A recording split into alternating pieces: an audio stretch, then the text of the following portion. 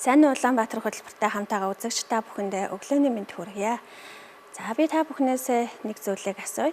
Та намайг одоо яг дагаад хийгээрэй. За нүдээ ханаад за та бодоорой. Хамгийн сүүлд та хүнд гараа сунган тусалсан бэ. За тэрийг та бодоод үзтээ. Тэр хүний царайнд баярын тэр гэрэлгээгээ цацарч тань тэр дулаан мэдрэмжийг өгсөн үү. За тэгвэл бид нэр өнгөрсөн удаа зан чанарын хувьд нэгдүгээр төрлийн хүмүүсийн талаар ярилцсан. Өнөөдөр бид нар харин бусдад гараа сунган тусалдаг, халамжлагч дэлхийн ертөнцийг илүү дулаан болгодог хоёрдугаар төрлийн талаар ярилцах болно.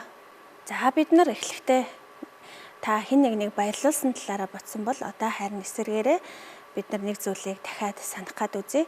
Та өөрийгөө мартан байж хэн нэгэнд танд туслахад за тэр туслалсны хариуд ямар нэгэн талархал эсвэл таны тусламжгүйгээр таны халамжгүйгээр болчихно гэдэг тэр үгүйсгэлээр ямар нэгэн байдлаар та энэ мэдрэмжийг авч байсан уу?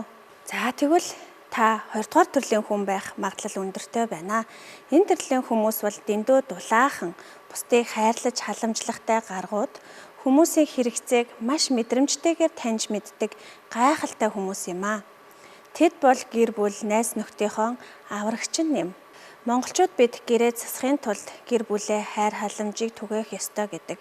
Тэгвэл гэр бүлт доторх хоёрдугаар төрлүүд бол хүнийг хоололсон, хувцалсан, сэтгэл санааг нь зүгээр үү гэдгийг хамгийн түрүүнд гүйж очиж асуудаг тэр нандин хүмүүс байдаг байх нэ. Гэвч тэдний энэ их халамжийн цаана маш том айдас нуугдаж байдаг. Тэр бол хэрэг би бусдад туслахгүй бол хэрэгцээгүй болчихвол хинч намайг хайрлахгүй гэсэн айдас байдаг байх нэ. Хоёрдугаар төрлийн зан чанартай хүмүүс маань сэтгэл санаа сайхан байх үедээ эсвэл сэтгэл санаа тавгүй байх үедээ гаргадаг зан чанаруудын талаар одоо харцгаая. За халуун дулаан сэтгэлтэй, хүмүүсийг сайн халамжилдаг, дасан зохицох чадвартай, ажигч гярхаа, уужуу өгөөмөр, эрч хүчтэй, хүмүүсийн сэтгэл хөдлөлийг торгон мэдрэмжтэйгээр мэдэрдэг хүмүүс байх нэ. Харин сэтгэл санаа болон таагүй тухгүй байх үедээ гаргадаг зан чанарыг харцгаая.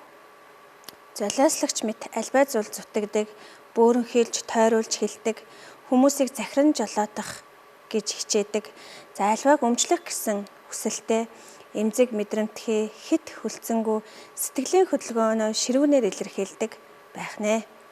Хоёрдугаар төрлийн хүмүүс маань хэрхэн стрессийн үед хариу үйлдэл үзүүлдэг вэ гэвэл за өөрийн тань өгсөн хайр халамжийн хариуд хүмүүс баярлаа гэж хэлэхгүй за зүгээрээ би өөрөө хийчихье гэд халамжийг няцаах үед намайг үнэлсэнгүй, намайг хайрлсангүй гэж маш их гомддог. Улмаар уур нь хүрч хүмүүсийг сэтгэл зүгээр нь удирдах, өөртөө хамааралтай болох гэж оролдож эхэлдэг байх нэ. За тэгэхээр бид нар өөрсдийн энэ та өөрөө хоёрдугаар төрөл гэж бодож байвал хоёрдугаар төрлийн зан чанараа тай байж магадгүй гэж төсөөлж байвал за та өөртөө хэрхэн хандах талаар 3 зөвлөгөөг хүргье. Та өөрөө аж аргалгүй ядарчихсан байвал бусдад жинхэнэ хайрыг өгч чадахгүй. Хаяа ч гэсэн өөртөө цаг гарга. Үгүй гэж хэлж сур. Бусдад үгүй гэж хэлэх нь тэднийг хайрлахаа болсон гэсэн үг бишээ. Харин өөрийгөө хамгаалж буй хэлбэр юм. Бусдад туслахтаа эргээд намайг хайрлах болов уу гэсэн хүлээлтэд орхиж сураарай. Бүхэл дэлхийн ертөнцийг дулаан байлгадаг хайраараа харамгүй хайрладаг хоёрдугаар төрлийн зан чанартай хүмүүстээ баярлалаа. Өнөөдөр бусдын өмнөөс бүх ажлыг нь хийж өгөхгүй байлаач таныг хайрлахгүй байна гэсэн үг биш юм аа.